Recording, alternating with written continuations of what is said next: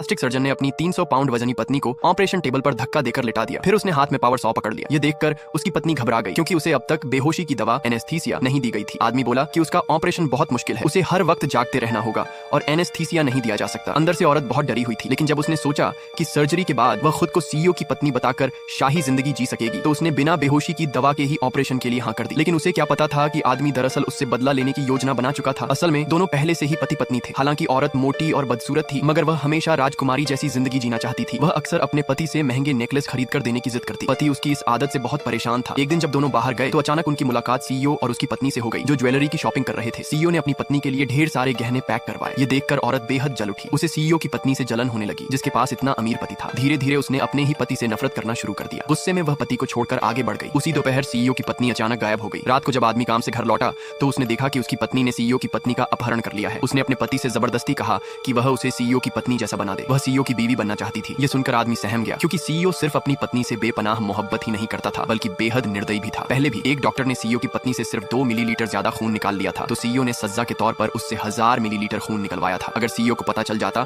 कि कोई उसकी पत्नी बनने का नाटक कर रहा है तो वह कभी माफ नहीं करता। यह सोचकर आदमी पुलिस को फोन कर उसकी पत्नी को कबूलनामे के लिए मजबूर करने वाला ही था कि औरत ने गलत समझा कि उसका पति उसकी खुशहाल जिंदगी नहीं चाहता। गुस्से में उसने कैंची उठाई और उसे सीने में घोंप दिया। आदमी जमीन पर गिर पड़ा और उसकी सांसें थम गई। तभी अचानक समय पीछे घूम गया और वह 3 मिनट पहले लौट आया। अब उसने अपनी पत्नी के पागलपन और उसकी अमीर घराने में शादी करने की जिद को साफ साफ देख लिया। इस बार उसने उसे रोकने की बजाय नरम निगाहों से देखा और वादा किया कि वह उसके सपने पूरे करने में मदद करेगा। आदमी की मदद से औरत को ऑन ऑपरेशन थिएटर में धकेल दिया गया। औरत मोटी थी, इसलिए सर्जरी मुश्किल थी और एनेस्थीसिया भी नहीं दिया गया। लेकिन दौलत और शोहरत के लालच में उसने दर्द सह लिया। उसे क्या पता था कि यह सब आदमी का झूठ था। एनेस्थीसिया न देना दरअसल उसके बदले की चाल थी। उसी दिन यह खबर भी सीईओ के कानों तक पहुंच गई कि उसकी पत्नी अस्पताल में है। सीईओ अपने आदमियों के साथ अस्पताल पहुंचा। तब तक औरत की सर्जरी पूरी हो चुकी थी। आदमी की तेज धार चाकू से उसका शरीर तो संवर गया, लेकिन जैसे ही पट्टियां हटाई गईं, सब हैरान रह गए। औरत के चेहरे पर कई डरावने निशान थे। ये देख वह पूरी तरह घबरा गई, क्योंकि उसने पहले ही सीईओ को अस्पताल आने की सूचना दे दी थी। अगर सीईओ को पता चल जाता कि वह नकली है तो उसकी मौत तय थी। इसी बीच औरत ने देखा कि आदमी दराज के सामने खड़ा है। उसने उसे धक्का दिया और दराज से एक शीशी निकाली। आदमी ने बताया कि यह एक खास दवा है जो 10 सेकंड में चेहरा ठीक कर देगी, लेकिन इसके दुष्प्रभाव बहुत खतरनाक है। लेकिन अमीरी की अंधी चाह में औरत ने उसकी बात नहीं मानी और जबरदस्ती वह दवा खुद को इंजेक्ट कर ली। दोपहर में जब सीईओ अस्पताल पहुंचा तो उसने औरत को अपनी पत्नी मान लिया। औरत ने झूठ बोला कि कुछ समय पहले